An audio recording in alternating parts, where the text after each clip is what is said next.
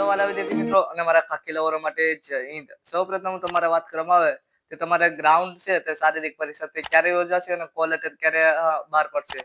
તો આ વારંવાર એક પ્રશ્ન આવી રહ્યો છે જેમાં તમારે જે એક મહત્વનો અપડેટ આવી રહ્યો છે તો 10 ડિસેમ્બર તમારે જે ગ્રાઉન્ડ છે જેટલા બી તેનું ટ્રાયલ લેવામાં આવી રહ્યું છે. ટ્રાયલ એટલે કે જેટલી એજન્સી હોય છે તે આપણે ખબર હોય છે તે ગુજરાત પોલીસના શિફ્ટથી આપણે રનિંગ કરવાનું હોય છે. તો તમારા પગમાં જે શિફ્ટ હોય છે તે ગ્રાઉન્ડમાં તમે જે સ્ટાર્ટ હોય છે ને ત્યાં એક પટ્ટા નીચે તમારું જે શિફ્ટનું હોય છે સેન્સર તે ગોઠવેલું હોય છે.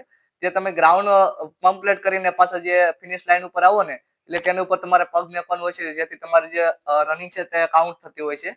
તેનું ટ્રાયલ છે ને તે 10 ડિસેમ્બરે લેવાનું છે. તે આસપાસ એવું કંઈક અપડેટ આવી રહ્યું છે. તો તમે સ્ક્રીનમાં પણ જોઈ રહ્યા છો તો તમારે આ રીતે કંઈક શિફ્ટ હશે અને આ રીતે તમારે જે ગ્રાઉન્ડમાં પટ્ટો હશે ને તેમાં ફરજિયાત તમારે પગ મૂકવાનો રહેશે. તો તેનું ટ્રાયલ છે તે 10 ડિસેમ્બરની આસપાસ છે. તેવું અપડેટ આવી રહ્યું છે તેની આસપાસ છે. તો તમે જોઈ રહ્યો છો હવે કે તમારે જે અપડેટ આવી શકે છે ને તે તમારે 17 થી 18 તારીખ લગીમાં તમારી જે મેન અપડેટ છે તે આવી શકે છે. જેમાં પીએસઆઈ ના જેટલા પણ ઉમેદવારો છે ને તે ત્યારે કરતા રહે કેમ કે તે લોકોનો સૌ પ્રથમ વારો આવવાનો છે. એ રીતે કંઈક અપડેટ આવી રહ્યું છે તો તે લોકો ખાસ ધ્યાન આપે અને અપડેટ આવશે એટલે તરત જ તમને પહોંચાડવામાં આવે છે. નોટિફિકેશન ઓન રાખજો.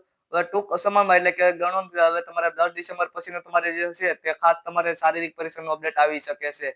કેમ કે સંપૂર્ણ મેદાન છે તે તમારે તૈયારી થઈ ગઈ છે.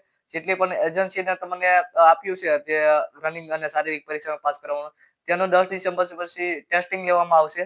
એટલે તે કમ્પ્લીટ કરશે ઓકે કરશે એટલે તરત જ તમને અપડેટ આવી જશે. તો નોટિફિકેશન આપણા વિડીયોની ચેનલની છે તે ઓન રાખજો જેથી તમને માહિતી તરત જ મળતી રહે. અને આપણે જે કોલ લેટર ને હોય છે તે કઈ રીતે ડાઉનલોડ કરવાનો હોય છે તેના માટે પણ મને કમેન્ટ કરી દેજો. તેને માટે હું વિડીયો લાવી દઈશ. તો મળી છે બીજા વિડીયોમાં. તાલી બધા મિત્રોને જય હિન્દ. અને ખાસ કરીને પીએસઆઈ કેડરના જેટલા પણ વિદ્યાર્થી છે તે રનિંગમાં ખાસ ધ્યાન આપે. 2 ટાઈમ રનિંગ કરવું હોય તો 2 ટાઈમ પર તમે રનિંગ કરી શકો છો. તો મળી છે બીજા વિડીયોમાં. તાલી બધા મિત્રોને જય હિન્દ અને બધાને બેસ્ટ ઓફ લક.